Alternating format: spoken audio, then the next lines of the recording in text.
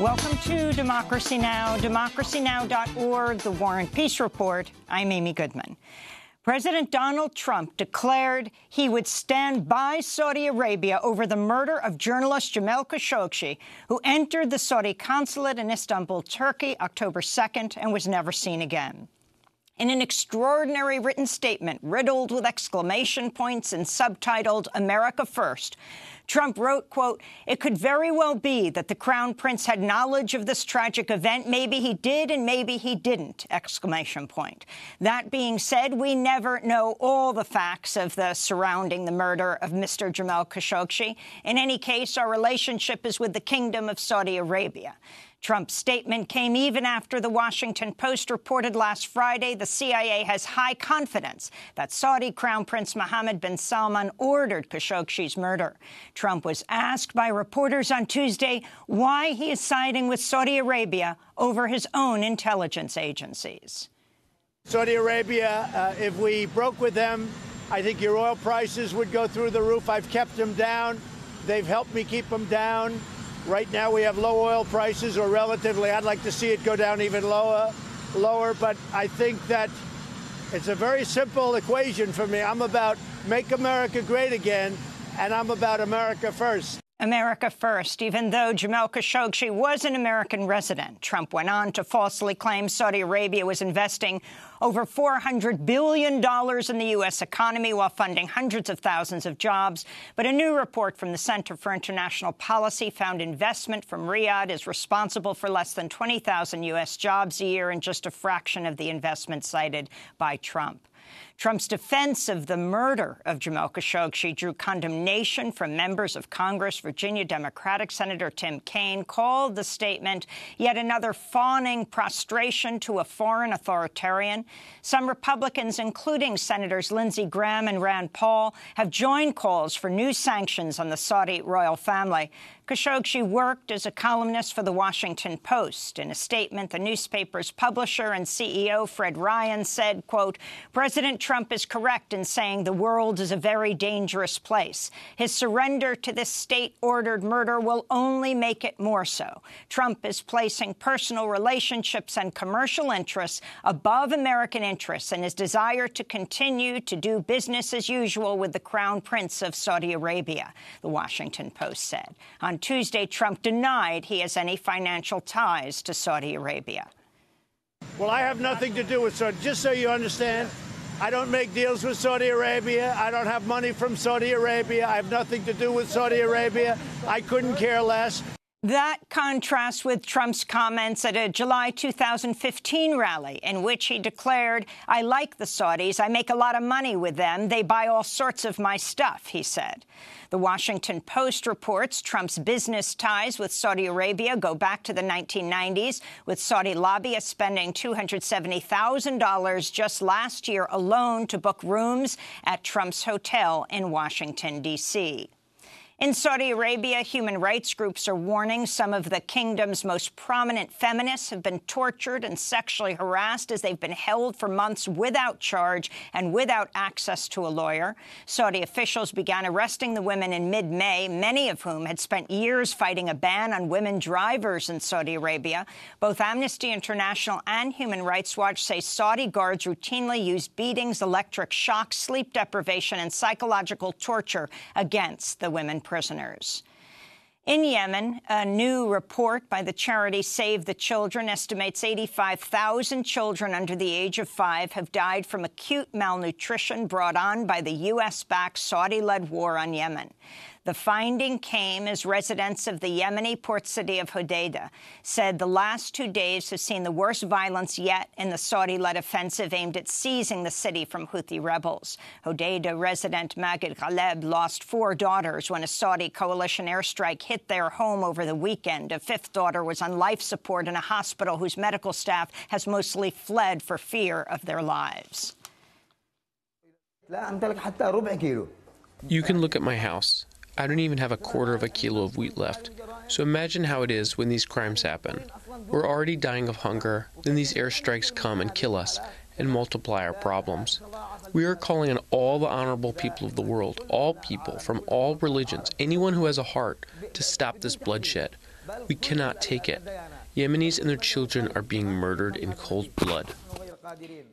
Save the Children says food shipments through Hodeida's port have already been seriously curtailed by the fighting and that any further decline could lead directly to famine. The UN has called Yemen the world's worst humanitarian crisis in a half-century, with some 14 million people now at risk of famine, more than half the population. In Afghanistan, a suicide bomb blast tore through a gathering of religious leaders in the capital, Kabul, Tuesday, killing at least 50 people, wounding over 70 others. The bomber targeted a group of Muslim clerics in a wedding hall who'd gathered to observe the birthday of the Prophet Muhammad. There was no claim of responsibility for the attack, which was condemned by the Taliban. Recent similar bombings in Kabul have been claimed by ISIS. In California, Homeland Security Secretary Kirstjen Nielsen Tuesday toured a stretch of the U.S.-Mexico border wall separating Imperial Beach from neighboring Tijuana, warning members of the migrant caravan gathered on the opposite side that the Trump administration would likely reject their claims of political asylum. Wanting a job is not a basis for asylum under U.S. law. Wanting to be reunited with your family is not a basis for asylum under U.S. law. Wanting to live in the United States, not a basis of asylum under U.S. law. Homeland Security Secretary Nielsen added the crisis is real and it's just on the other side of this wall.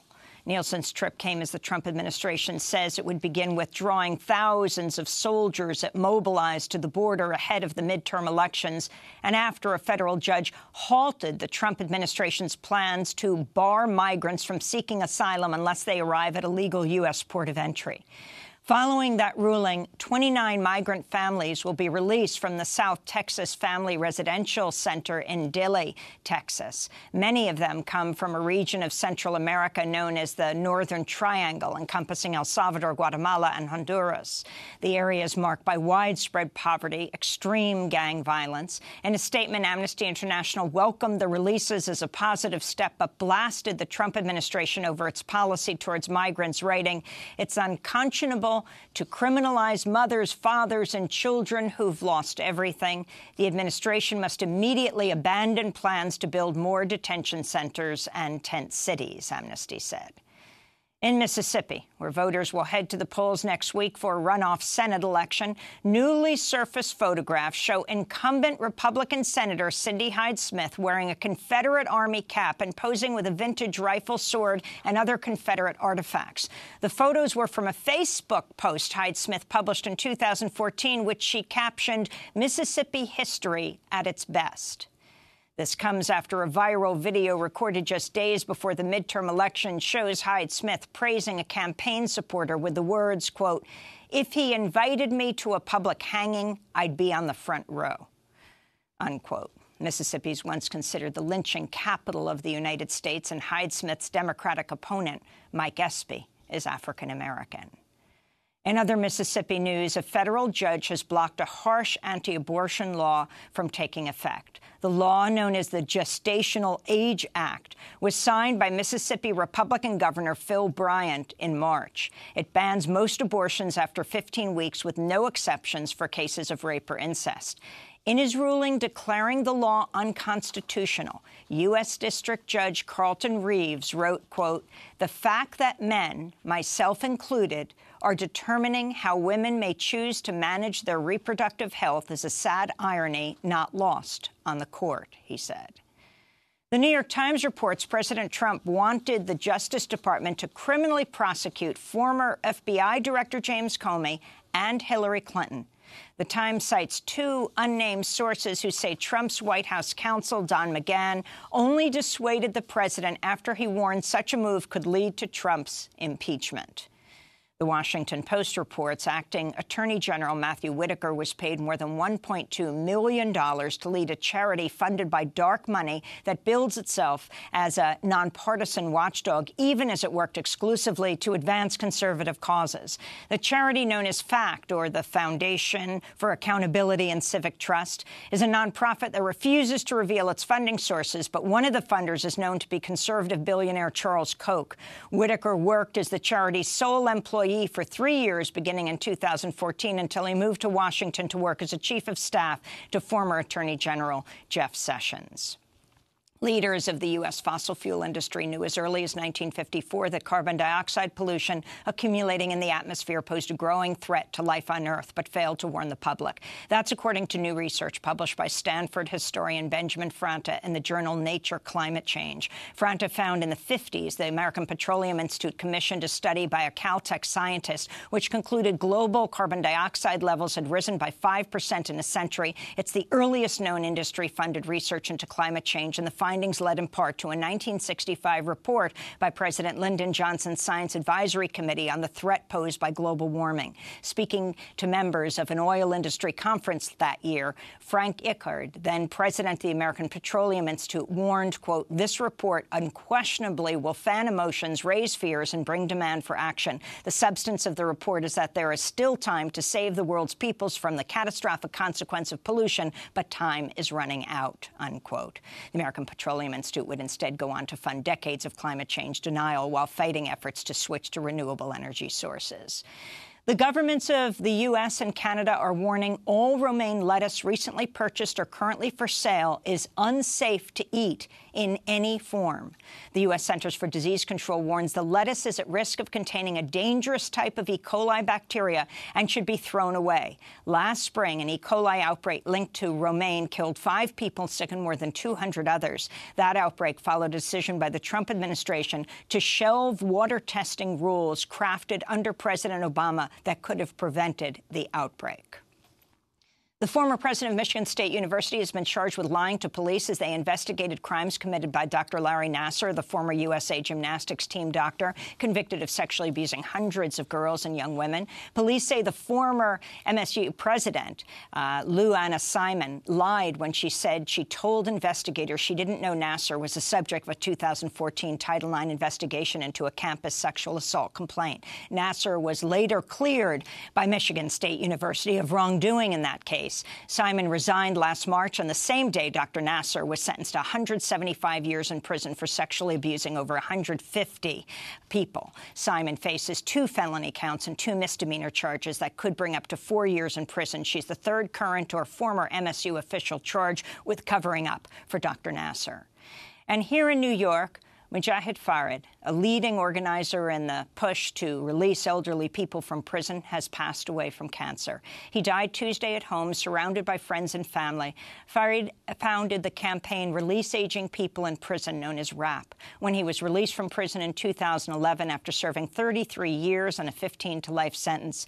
In a 2016 interview here on Democracy Now!, he described RAP's message, "If the risk is low, let them go." One of the reasons that our campaign focused on the elderly is because they present the lowest risk of recidivism. And if parole boards were really concerned about public safety when a person comes up for release, these are the people who should be released. We are actually concerned about mass incarceration in general and the whole spectrum. But we thought that by focusing on this particular population, it would present us as the voice of reason and show how this punitive policy that is in place has really gone amok. That's Mujahid Farid, who died Tuesday at the age of 69. To see the full interview, go to democracynow.org. And those are some of the headlines. This is Democracy Now!, democracynow.org, The War and Peace Report. I'm Amy Goodman. And I'm Juan Gonzalez. Welcome to all of our listeners and viewers across the country and around the world.